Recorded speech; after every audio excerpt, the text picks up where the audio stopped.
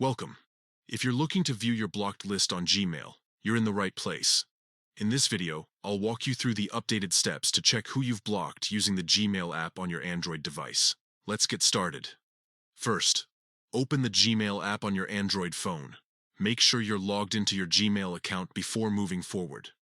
Once the app is open, tap on the menu icon, which are the three horizontal lines in the top left corner of the screen. This will open a side menu with several options. Scroll down the options in the side menu until you see Settings and tap on it. In the Settings menu, select your Google account. This will lead you to another set of options related to your account. From that menu, tap on Manage your Google account. This will take you to your Google account settings, where you can manage your account preferences, privacy, and security. Next, in the top navigation bar, you'll see several options. Scroll across until you find People and Sharing and tap on it.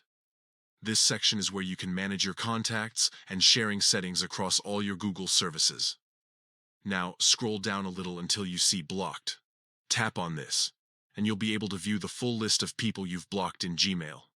This list includes anyone you've blocked from sending you emails, giving you a clear overview of your blocked contacts.